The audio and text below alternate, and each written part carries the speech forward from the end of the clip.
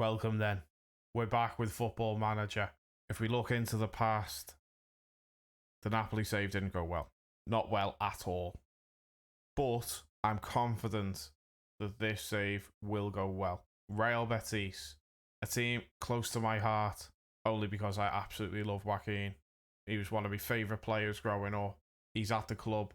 He's been back at the club for a few years. He's 39 years of age. Can we win a trophy before he retires? That is the biggest task to us. We are Real Betis. Let's run the intro and then let's get into it.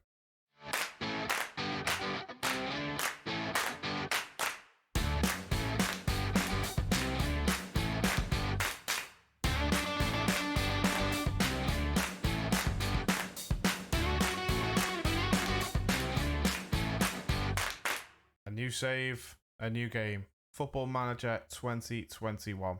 We are Real Betis. As I mentioned in the intro, the reason for signing for Real Betis is simply I love Joaquin, but he's 39 now, and I'm absolutely desperate to get them a trophy before he retires. So realistically, probably one season, maybe two. It's probably a big ask. Let's have a look through the team then and look at what we're dealing with. So we start with Sergio Canales, a wonderful attacking midfielder. He's been around, played for Real Madrid, Valencia, Real Sociedad, came to Betis on a free in 2018. An unbelievable talent. The only issue with it is that we have another attacking midfielder. I think we're going to have to drop him into centre mid. He can still play there, he can still do a very good job there. I think that's going to have to be the play. Maybe as a Mazzala. Realistically, we haven't really thought about tactics at this stage, so he is an option. This is the attacking midfielder that I'm talking about, Nabil Fekir, a player who can play in all of the positions across the attacking midfield. He can play on the right and cut in on his left foot. He can play as a winger on the left. He can play attacking midfield, which is where he wants to play.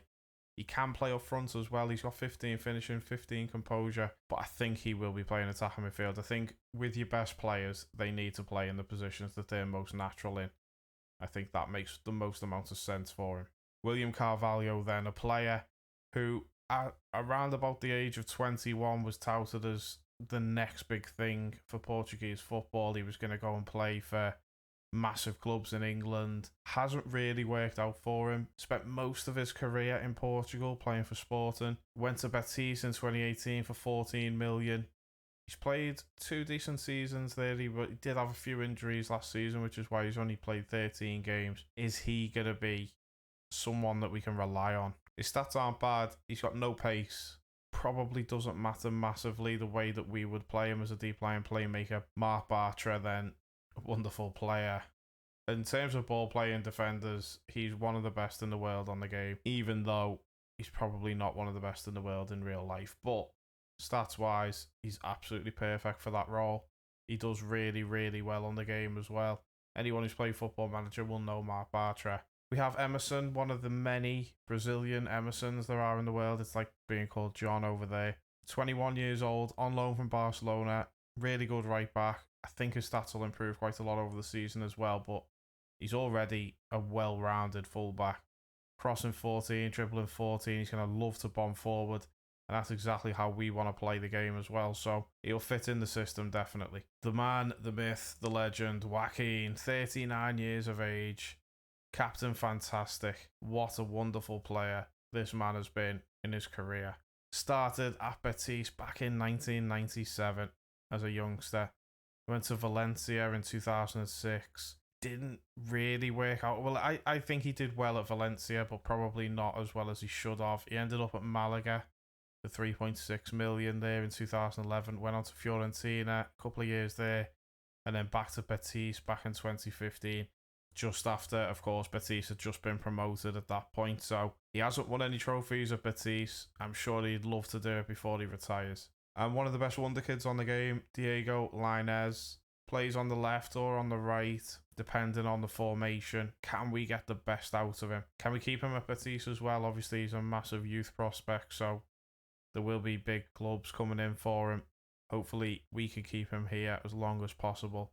And hopefully, Betis will be at that top stage before he leaves. So a quick look here at what they're expecting.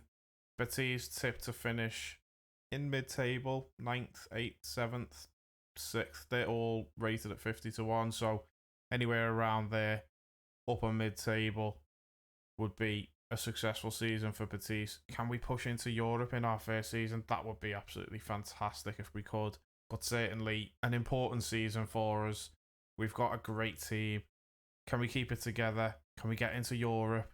Build on the team, maybe? It is important that we have a great team, because one of the issues here is that we've got pretty much no money to spend. 2.74 million, so we are going to have to sell people to raise any money if we want to raise money. We'll look through the formation that we're going to take on, and we'll have a look at whether we need to sell people to fill in certain gaps in the team. Just found this lad in the under-19s as well, Manu Murillo. Potential ability isn't fantastic, but he's only 16.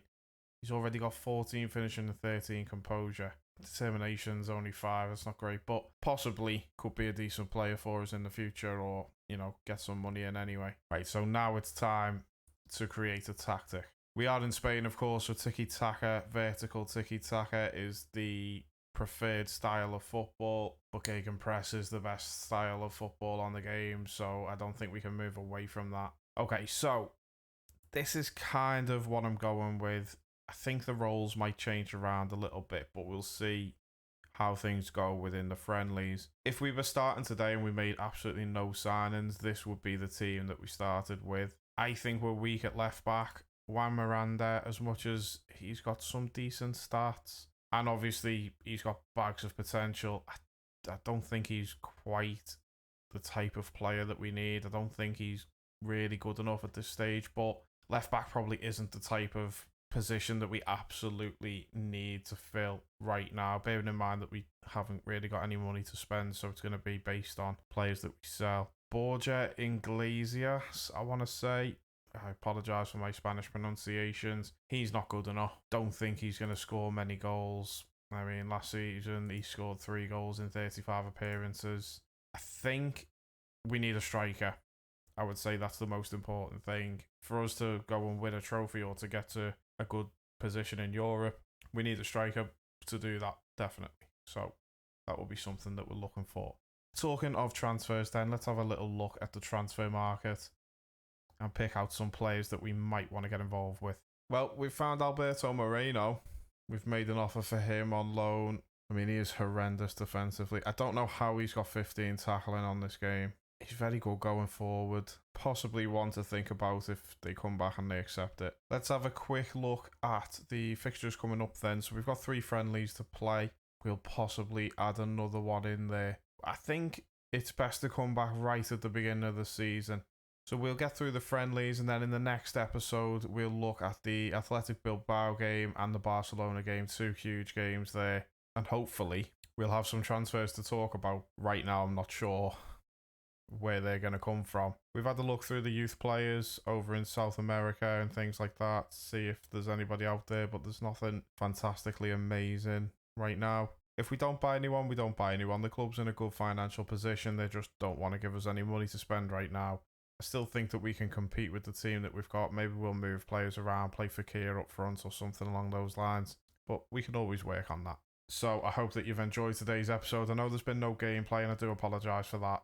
I promise in the next episode we'll have 2 full games, full live comms, Athletic Bilbao and Barcelona. Hopefully we'll have transfers to talk through as well. And if you have enjoyed it, don't forget to like and subscribe.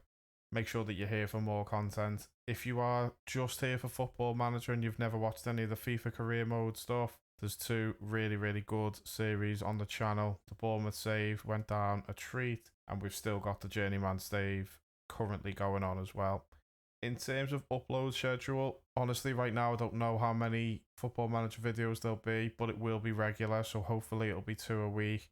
Maybe only 1 a week. We've got plenty of time. We've got 4 months until the new game's going to come out. This will be our only save on Football Manager for this game. And then obviously Football Manager 22 will come out and we'll do a new save on that one. So once again, thank you for being here. I hope you've enjoyed it. Give me some feedback. Make sure that you throw me a comment if there's anything that you think I can do better. If there's anything that you really enjoyed about this series. If you've got any idea on who to buy, please tell me, because I've looked through the transfer market and there's not a lot knocking about, and we probably do need to strengthen, let's be realistic. So once again, Thank you very much for being here. I'm Scolo87. This is Real Betis. This is Football Manager 2021. See you next time.